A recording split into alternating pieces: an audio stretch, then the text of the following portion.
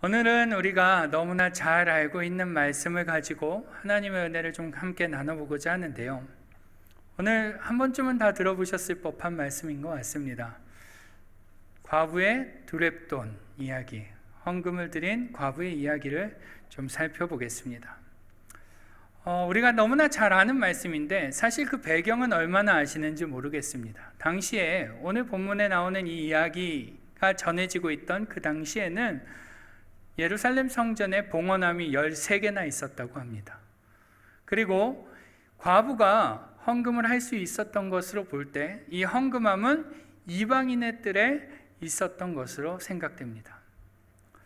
여러분, 헌금함이 어떻게 생겼는지 아십니까? 우리는 이제 들어오다가 왼쪽에 이렇게 넣게 되는데, 당시의 헌금함은 나팔 모양으로 이렇게 되어 있습니다. 추궁기 모양으로 되어 있어서 주둥이는 넓고 이 속은 좁은, 그래서 동전을 넣으면 소리가 쫙 들리는 그러한 구조였다고 합니다. 이 헌금함은 쇠로 만들어져 있기 때문에 더 소리가 아마 명쾌하게 들렸을 것입니다.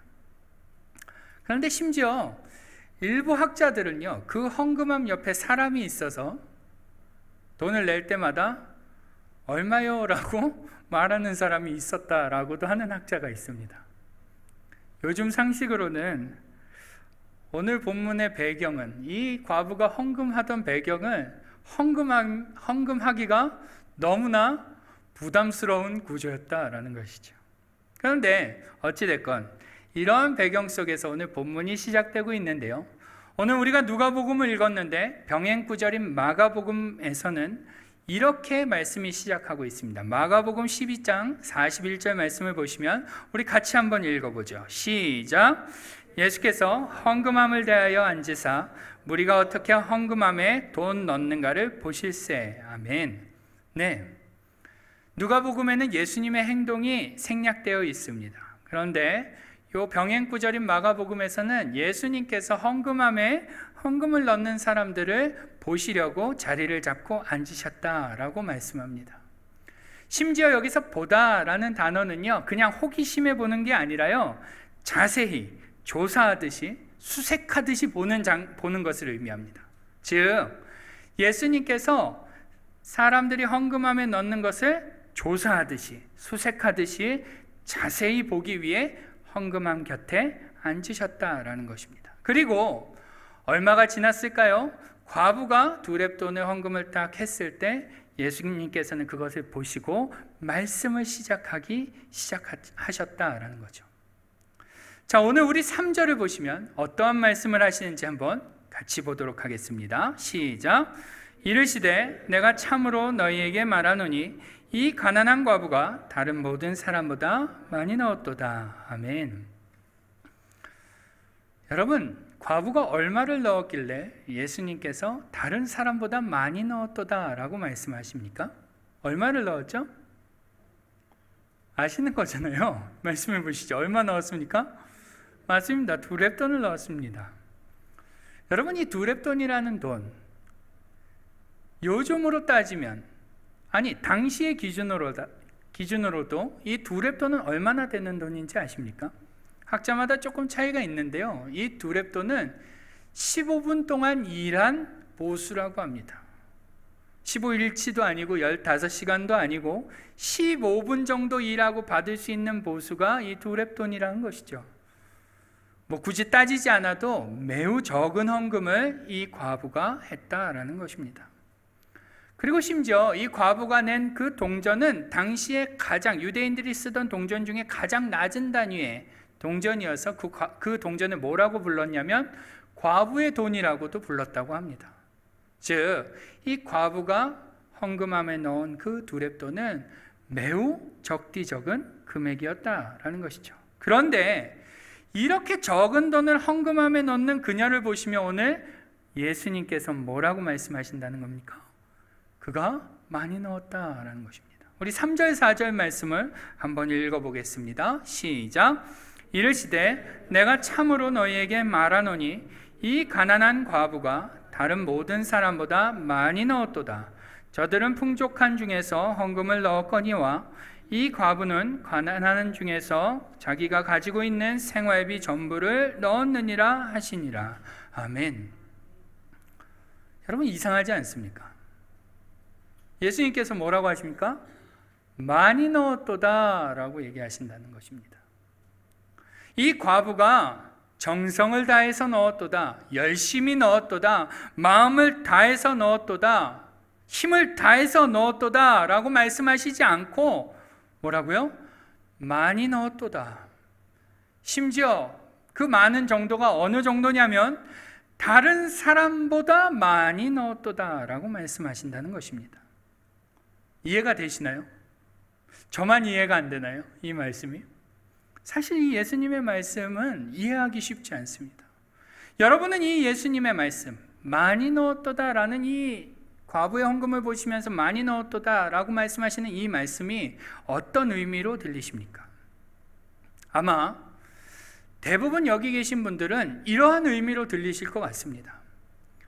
부자들은 자신들이 남는 것 중에 하나님께 드리고, 이 과부는 없는 중에 전 재산을 드렸기 때문에 이 과부의 헌금은 누구보다 귀한 것이다, 누구보다 많은 것이고 누구보다 값진 것이다. 그러니 너희도 이 과부의 헌금을 본받아라. 이러한 의미로 들리시나요? 아마 그러실 것입니다. 칭찬으로 들리죠. 예수님께서 이 과부의 헌금을 보시면서 칭찬하시는 것처럼 들립니다. 그런데 만약 예수님께서 이 과부의 헌금을 칭찬하시는 것이라면 심각한 문제가 하나 발생됩니다. 어떤 문제일까요? 부자가 만약에 예수님께서 기뻐하시는 헌금을 하기 위해서는 얼마를 해야 된다라는 것입니까? 전 재산을 내야 된다라는 것입니다. 예수님께서 과부가 없는 중에 그 전 재산을 드린 것을 칭찬하는 것이라면 부자도 예수님이 기뻐하시는, 칭찬하시는 헌금을 하려면은 어떻게 해야 됩니까? 전 재산을 드려야 한다라는 것입니다. 그리고 그 말은 오늘 우리에게도 적용되죠. 오늘 우리가 하나님이 기뻐하시는 헌금을 하기 위해서는 어떻게 해야 된다는 겁니까? 우리도 전 재산을 드려야 한다라는 것입니다. 여러분, 이상하지 않나요? 좀 이상합니다. 예수님이 과연 우리로 하여금 전 재산을 드려라 라는 말씀을 하시기 위해서 오늘 본문의 말씀을 하시고 있는지 우리는 다시 한번 해봐야 한다라는 것입니다. 여러분, 오늘 본문의 예수님께서는 과부의 헌금을 보시며 과부는 어려움 중에 귀한 것을 드렸고 부자들은 풍족한 중에 남는 것을 헌금했다라고 분명히 오늘 본문에서 말씀하십니다. 이 사실은 확실합니다. 그런데 중요한 것은 이 말씀이 과연 과부를 향한 칭찬이냐라는 것입니다. 이 예수님의 말씀이 우리로 하여금 이 과부의 헌금을 본받아야 한다라고 하시는 말씀이냐라는 것이죠. 우리가 이것을 깊이 생각해 봐야 한다라는 것입니다. 여러분, 어떻게 생각하십니까? 한 번 더 질문을 드려보죠. 예수님께서 이 과부의 헌금을 보시면서 이 과부가 다른 어떤 사람들보다도 많이 넣었도다 하는 이 말씀, 칭찬으로 들리십니까? 아닌 것 같으십니까? 어떠세요? 속으로 이런 마음이 드실 것입니다. 나 그동안 칭찬으로 들었는데 자꾸 앞에서 아니라고 하니까는 맞다고 할 수도 없고 아니라고 할 수도 없고 갈팡질팡하시죠? 예, 우리는 그동안 오랜 시간 이 과부의 헌금 이야기를 보며 칭찬으로 본받아야 하는 이야기로 들었습니다. 그런데 사실은 그렇지 않다라는 것입니다. 사실은 예수님께서 이 과부의 헌금을 칭찬으로 말씀하신 것이 아니다라는 것이죠. 본받으라고 하신 말씀이 아니다라는 것입니다. 왜 그럴까요? 여러분, 이 예수님의 말씀을 듣는 1차 회중은 누굽니까? 지금 이 예수님의 말씀을 듣고 있는 사람들은 누구죠? 바로 제자들입니다. 제자들은 누구죠? 제자들은 이미 자신의 모든 것을 버리고 예수님을 따른 사람들이었습니다. 그들에게는 이미 물질이 없습니다. 헌금을 드릴 만한 것들이 남아있지 않다라는 것이죠. 그런데 그러한 그들을 향해 예수님께서 너희가 전 재산을 하나님께 드려야 한다라고 말씀하시는 이유가 없다라는 것입니다. 그럴 필요가 없다라는 것이죠. 심지어는요, 당시에 예수님께서 강조하신 것이 무엇입니까? 제자들과 사람들에게 가르치시면서, 말씀을 가르치시면서 중요하게 생각했던 부분이 하나 있는데, 고아와 과부는 구제의 대상이라는 것을 예수님은 항상 가르치셨습니다. 항상 예수님은 고아와 과부를 섬김의 대상이고 구제받아야 할 대상이라고 가르쳤다라는 것이죠. 그런데 그러한 이야기를 쭉 들어온 이 제자들에게 오늘 과부를 향한 이 말씀은 칭찬으로 이해되지 않았다라는 것입니다. 다르게 이해됐다라는 것이죠. 그렇다면 어떤 식으로 이해가 됐을까요? 예수님은 어떠한 의미로 이 과부가, 가난한 과부가 다른 모든 사람보다 많이 넣었도다 라고 말씀하셨을까요? 어떤 의미로 이 말씀을 하신 걸까요? 이 질문에 답을 하기 위해서는 오늘 본문의 앞의 내용과 오늘 본문 뒷부분을 함께 읽어야 됩니다. 왜냐하면 이 본문들이 서로 연결이 되어 있기 때문이죠. 한글 성경에는 안 나와 있는데 영어 성경을 보면 연결이 되어 있습니다. 우리 한번 20장 45절부터 47절의 말씀을 같이 한번 읽어보겠습니다. 시작. 모든 백성이 들을 때에 예수께서 그 제자들에게 이르시되 긴 옷을 입고 다니는 것을 원하며 시장에서 문안받는 것과 회당의 높은 자리와 잔치의 윗자리를 좋아하는 서기관들을 삼가라. 그들은 과부의 가산을 삼키며 외식으로 길게 기도하니 그들이 더 엄중한 심판을 받으리라 하시니라. 아멘. 그렇습니다.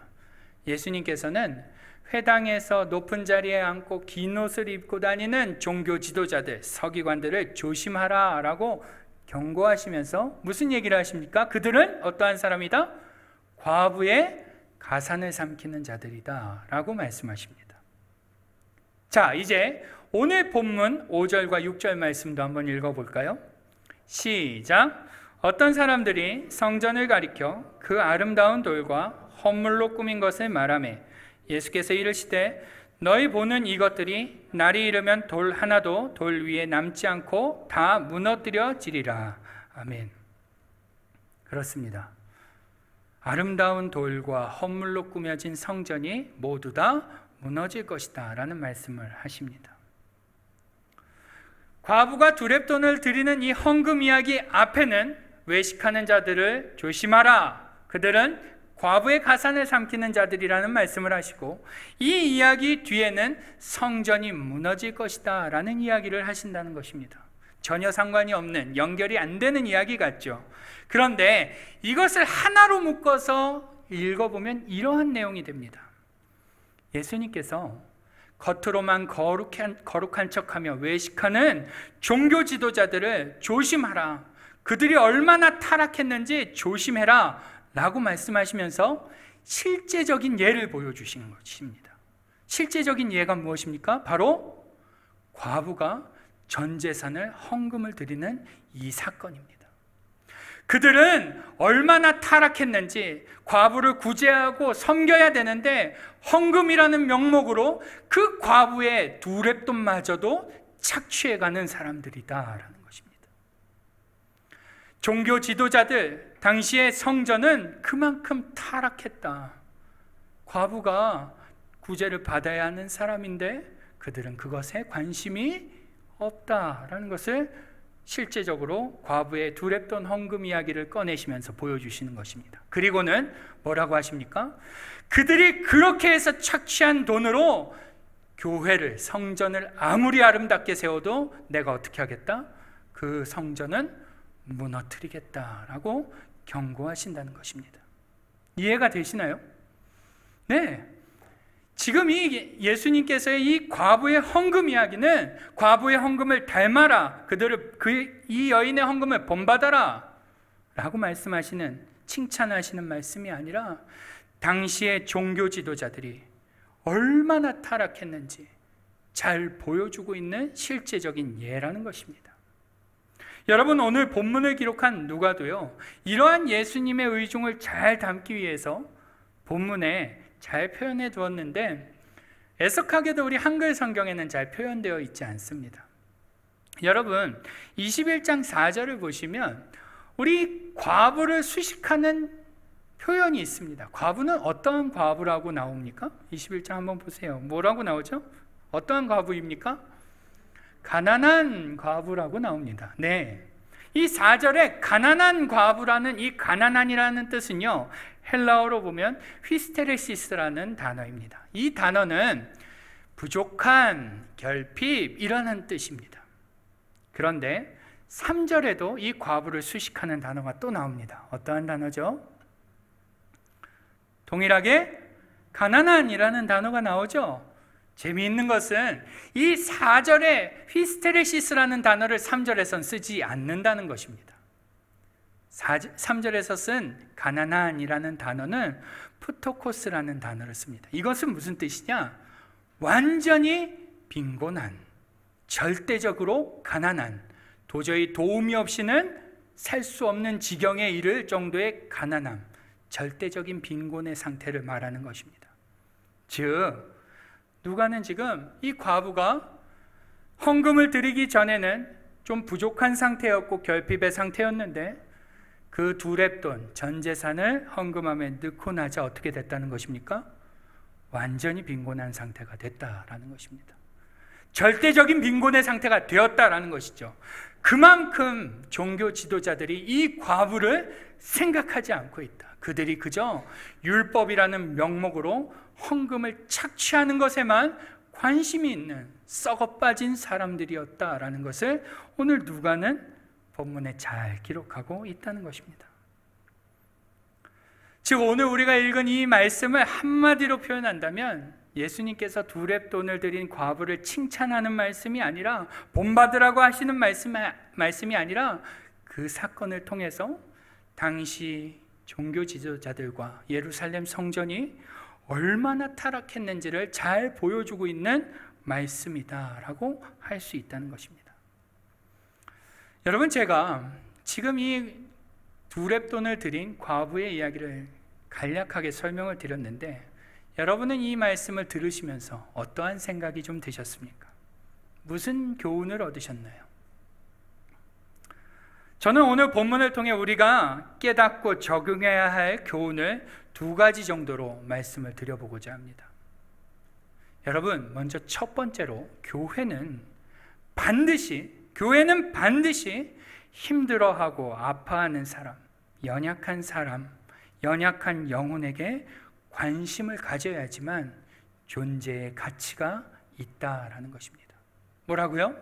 교회는 힘들어하고 아파하는 사람, 그 영혼에게 관심을 가질 때에 비로소 그 존재의 목적이 있다라는 것입니다. 여러분, 당시에 성전에는 많은 사람들이 있었습니다. 종교 지도자들도 있었을 것이고 유대인들도 있었을 것이고 그 안에는 더러 오늘 본문의 고아와 과부들도 있었을 것입니다. 거기에 있던 모든 사람들은 고아와 과부가 구제의 대상이라는 것을 너무나 잘 알고 있었죠. 그런데 문제는 무엇입니까? 그들이 머리로는 그 사실을 너무나 잘 알고 있지만 정작 아무도 그 가난한 과부 한 사람을 돕는 사람이 없었다라는 것입니다. 그녀가 절대적인 빈곤 상태에 이를 때까지 아무도 손 내미는 사람, 아무도 관심 갖는 사람이 없다라는 것이죠. 누구도 돕는 사람이 없었고 누구도 관심을 갖는 사람이 없었다는 것입니다. 그저 율법의 의무만 강요하며 심지어 종교 지도자들조차도 그녀를 힘들게 했다라는 것입니다. 여러분, 예수님께서는 오늘 이러한 종교 지도자들과 교회를 향해 뭐라고 하신다고요? 내가 무너뜨리겠다. 우리 본문 앞에서는 그들이 더 엄중한 심판을 받을 것이다 라고 표현한다라는 것입니다. 여러분, 날지 못하는 비행기는 필요가 없습니다. 달리지 못하는 자동차도 필요가 없듯이 사명을 잃은 교회는 존재할 이유가 없다는 것을 여러분 기억하시기 바랍니다. 여러분, 교회의 사명이 무엇입니까? 우리 교회의 사명은 무엇인가요? 야고보 사도는 야고보서에서 흩어진 12지파에게 편지를 보내며 하나님의 교회에 편지를 보내며 이러한 말씀을 합니다. 1장 27절을 보시면 이렇게 말씀하는데요, 제가 한번 읽어보죠. 하나님 아버지 앞에서 정결하고 더러움이 없는 경건은 곧 고아와 과부를 그 환난 중에 돌보고 또 자기를 지켜 새 속에 물들지 아니하는 그것이니라. 아멘. 야고보 사도는 주님의 신부된 교회, 주님의 하나님의 신부된 교회가 정결해야 되는데, 그들이 경건해야 되는데, 그 경건의 첫 번째가 뭐라고 합니까? 고아와 과부를 돌아보는 것이라고 말씀합니다. 여러분, 우리는 그동안 경건을 뭐라고 생각했습니까? 기도 많이 하고 말씀 많이 보고 예배 잘 드리면 경건하다라고 생각해 왔습니다. 그런데 야고보 사도는 하나님의 교회들을 향해 너희가 경건해야 되는데 그 경건의 제일 첫 번째는 뭐다? 고아와 과부를 그 환난 중에서 돌보는 것이다. 여러분, 어려움에 처한 자들, 환난에 처하고 힘들어하고 아파하는 자들을 도와주고 그들에게 관심을 갖고 위로하고 돌보는 것은 하나님의 교회의 사명이라는 것입니다. 여러분, 이것이 우리 교회의 사명이라는 것이죠. 이 사명을 잃어버리면 우리 교회는 존재의 가치가 없다라는 것입니다. 여러분, 바른 교회는요, 오래된 교회가 아닙니다. 우리 교회 제일 잘하는 말 있지 않습니까? 우리는 칠레의 장자교회라고요. 오래됐다고 좋은 교회 아닙니다. 아름답게 건물을 세우고 유지하고 관리하는 것으로 그것을 좋은 교회다, 바른 교회다 라고 정의할 수 없다는 것입니다.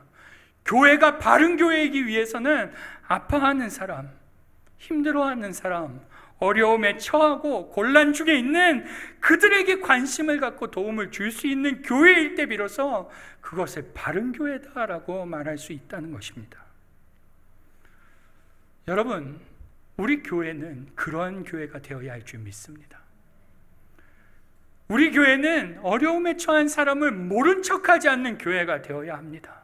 소외된 자를 업신여기는 그러한 교회가 되어서는 안 됩니다. 교회는 영혼에게 관심이 있어야 합니다. 교회는 존재하기 위해 존재하는 것이 아니라 영혼을 세우기 위해 존재해야 합니다. 교회가 세워진 이유는 그 사명 때문입니다. 여러분, 우리 교회는 육신적인 어려움만 도우는 교회가 아니라 더 나아가서 영혼을 세우는 교회가 되어야 합니다. 영혼을 세우고 구원하고 섬기는 일에 관심 갖는 것, 그것이 진짜 바른 교회다라고 말할 수 있는 것이죠. 여러분, 우리가 잘 알듯이 교회 안에는 육신적으로는 평안하고 부요하지만 영적으로 힘들어하는 분들이 너무나 많습니다. 우리가 관심을 안 가져서 그렇지 한번 돌아보십시오. 우리 교회에 시험 든 사람들, 마음 아파하는 사람들, 영적으로 힘들어하는 사람들 너무나 많습니다. 또 신앙생활을 좀 한다는 사람들이 볼 때 신앙생활이 흔들리고 엉망인 사람들도 있습니다. 부족해 보이는 사람들도 있죠. 좀 심하게 얘기해서는 심지어 저 사람이 교회에 나오느니 차라리 안 나오는 것이 교회에 도움이 될 것 같은 그러한 사람도 있습니다. 여러분, 한번 생각해 보세요. 오늘 본문에 나오는 과부는 예루살렘 성전에 얼마나 도움이 되는 사람이었을까요? 전혀 도움이 되는 사람이 아니었을 것입니다. 그가 두렙 돈을 헌금함에 딱 넣을 때 그 동전 2개가 땅그랑 하고 떨어지는 소리를 들으면 사람들은 그를 비웃었을 것입니다. 여러분, 이 과부가 종교적으로 열심히 있을 수 없었을 것입니다. 율법이 정한 성전세도 내지 못했을 가능성이 높고 율법에서 정한 정결의식도 행할 수 있는 형편이 안 됐을 것입니다. 하루 벌어 하루 먹고 사는 사람이 어떻게 일주일에 몇 번씩 금식을 했겠습니까? 그녀는 당시 종교적으로 볼 때 종교적으로 엉망인 사람 중에 하나였을 것입니다. 그런데 여러분, 그러한 자라할지라도 교회 공동체는 그를 긍휼히 여길 수 있어야 한다라는 것입니다. 그 사람이 신앙적으로 흔들리고 문제가 있고 어려움을 주는 사람이라 할지라도 우리는 그를 긍휼히 여길 수 있고 그에게 손을 내밀 수 있어야 한다라는 것이죠.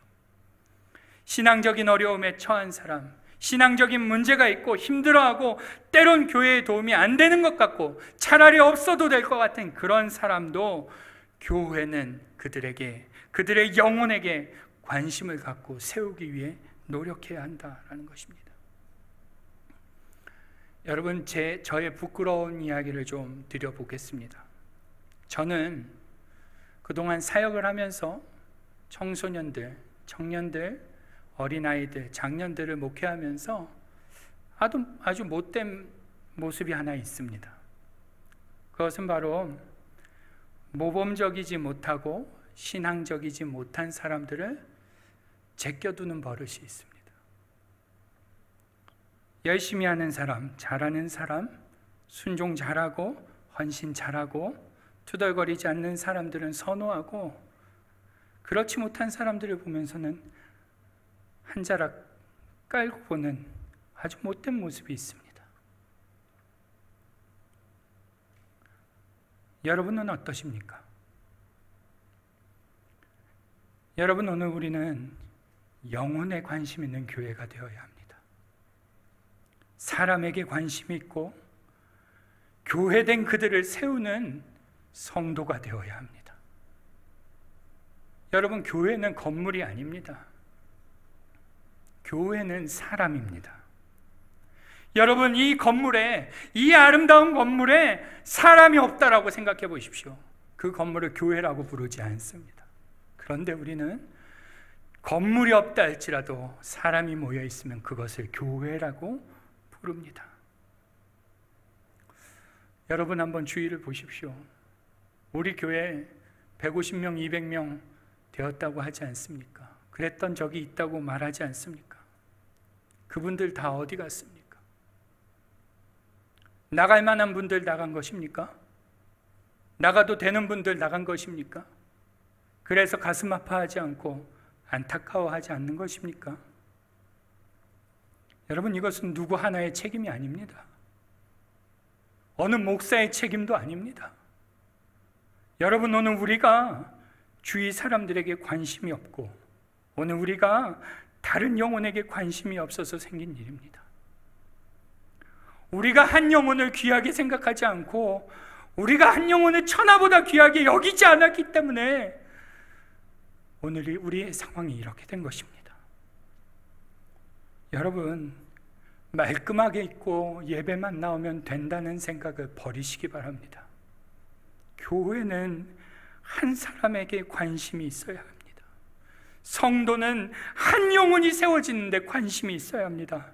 그가 누구건, 그가 얼마나 부족한 자건, 얼마나 어려운 자건, 그의 삶을 도와주고 그의 생계를 도와주고 그의 영혼을 세우는 일에 힘을 내지 않는다면 우리는 교회라 말할 수 있는 자격이 없다라는 것입니다. 여러분, 교회의 존재의 가치는 사람을 세우는 데 있다는 것을 우리 모두가 이 시간 기억할 수 있기를 주님의 이름으로 축원합니다.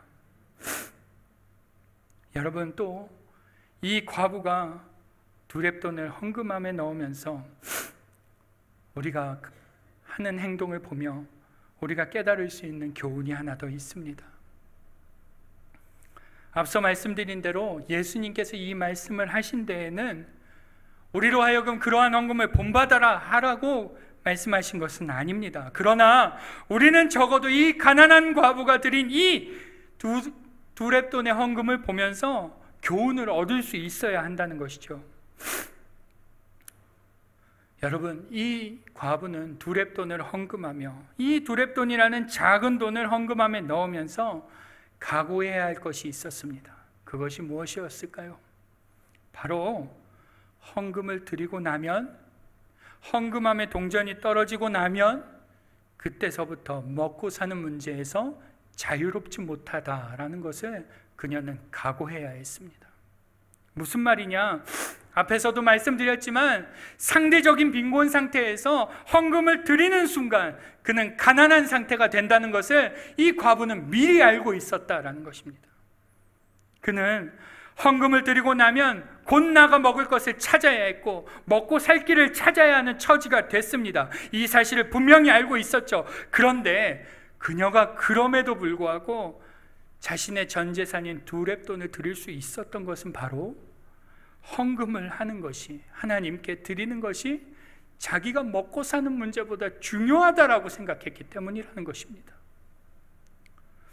자신이 2렙돈을 드리는 것이 교회에 큰 도움이 될 거라고 생각하지 않았지만 자신이 그 2렙돈을 드리는 것이 자신의 먹고 사는 문제보다 중요하다라고 그는 결심했기 때문에 헌금을 드릴 수 있었다라는 것이죠.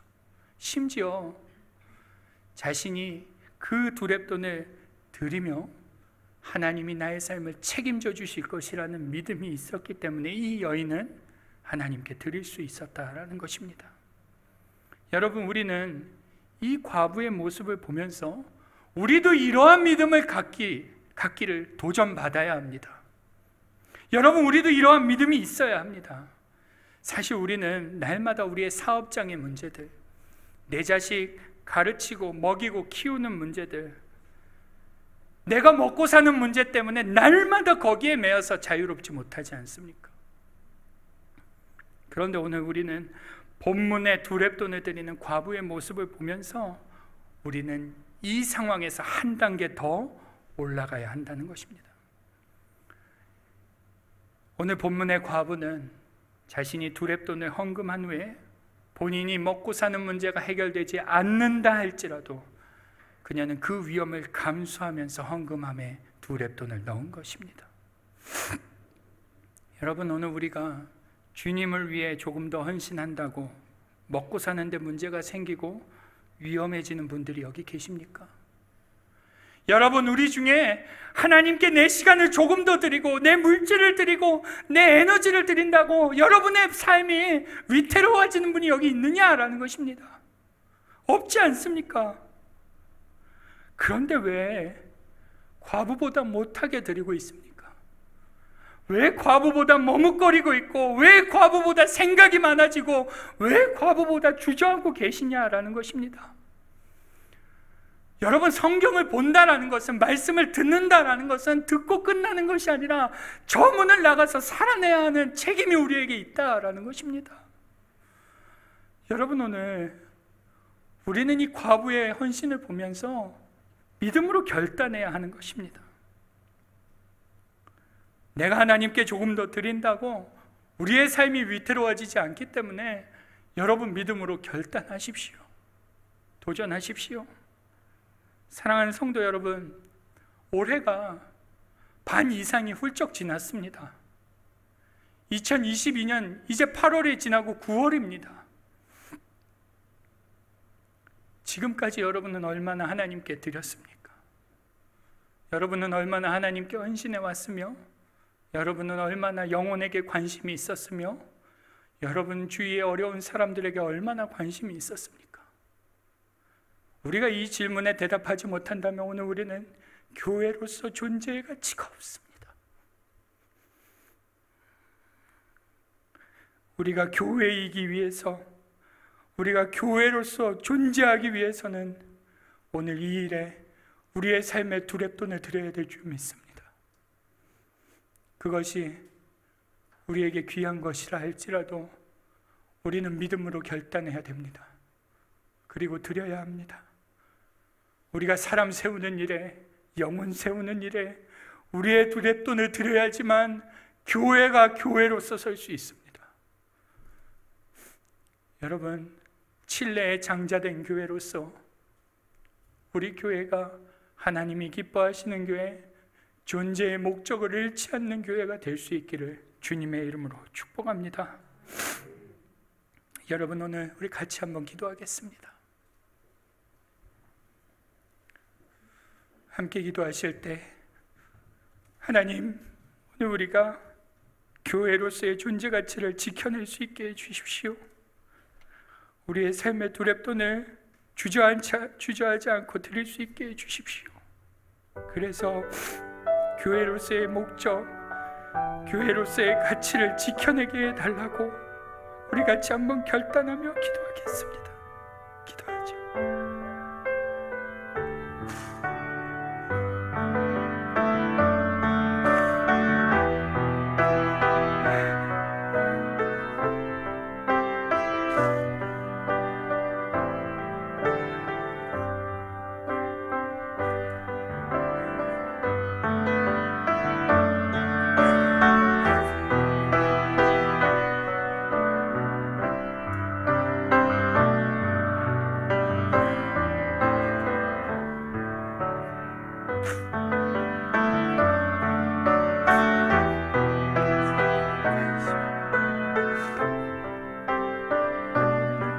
영혼에게 관심 없었고 사람에게 관심 없었고 우리는 그저 말끔히 차려입고 나오면 그것으로 된다고 생각했습니다. 우리는 우리 주위의 이웃들에게 관심이 없었고 어려워하고 아파하는 자들에게 관심 없었으며 그들을 도울 만한 움직임도 없었음을 고백합니다. 우리는 우리의 삶의 두렵돈을 드리는 것을 주저했으며 우리는 그것을 드림에도 우리의 삶에 전혀 지장이 없음에도 우리는 그것을 아까워했습니다. 하나님은 우리가 이러한 상태이기에 이러한 교회들을 향해 내가 무너뜨려버리겠다라고 경고하시는데 하나님이 경고가 그저 우리의 귀 속에만 들리고 삶 가운데 나타나지 않음을 주님 고백합니다.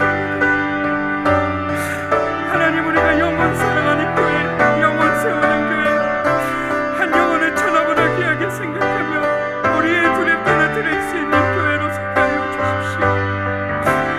하나님, 오래된 교회, 아름다운 교회, 크고 넓고 좋은 교회가 아니라 영혼에 관심 있고 영혼을 세우며 우는 자와 함께 울며 아파하는 자와 함께 울 수 있는 교회 되게 하여 주십시오. 시험 들어 좌절한 자 있다면 찾아가는 교회, 어려워하는 자 있다면 찾아가는 교회, 손 내미는 교회 되게 하여 주옵소서. 하나님, 오늘도 우리 교회를 불쌍히 여겨 주옵소서. 하나님, 교회의 목적은 그 존재의 가치는 사람에게 있습니다. 건물에 있지 않음을 주님 고백합니다. 전통에 있지 않고 그 지켜온 세월에 있지 않습니다. 하나님, 교회는 사람에게 있으며 영혼에게 있음을 주님 고백합니다. 하나님, 다시금 우리를 깨우쳐 주시며 교회의 목적은 세워가게 하여 주옵소서.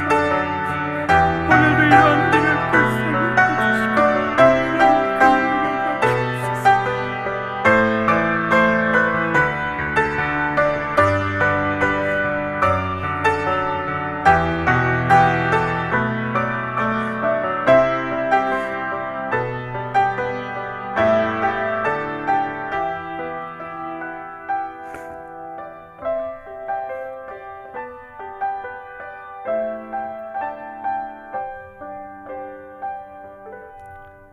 주님, 우리는 교회이고 싶습니다. 교회의 목적을 지켜내고 싶고 교회의 존재의 가치를 지켜내고 싶습니다.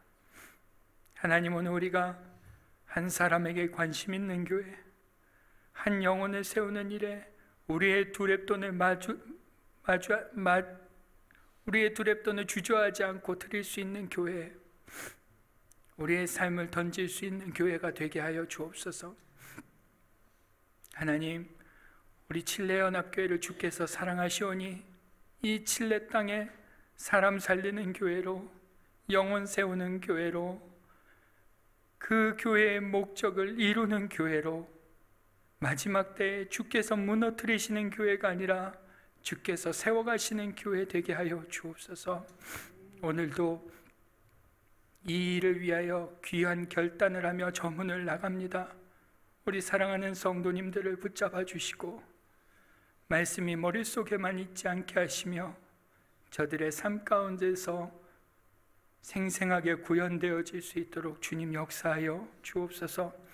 오늘도 우리 중에 어렵고 아파하고 힘들어하는 자 있다면 돌아볼 수 있게 하여 주시고 찾아가서 손 내밀 수 있게 하시며 우리로 하여금 저들을 위로하여 주옵소서.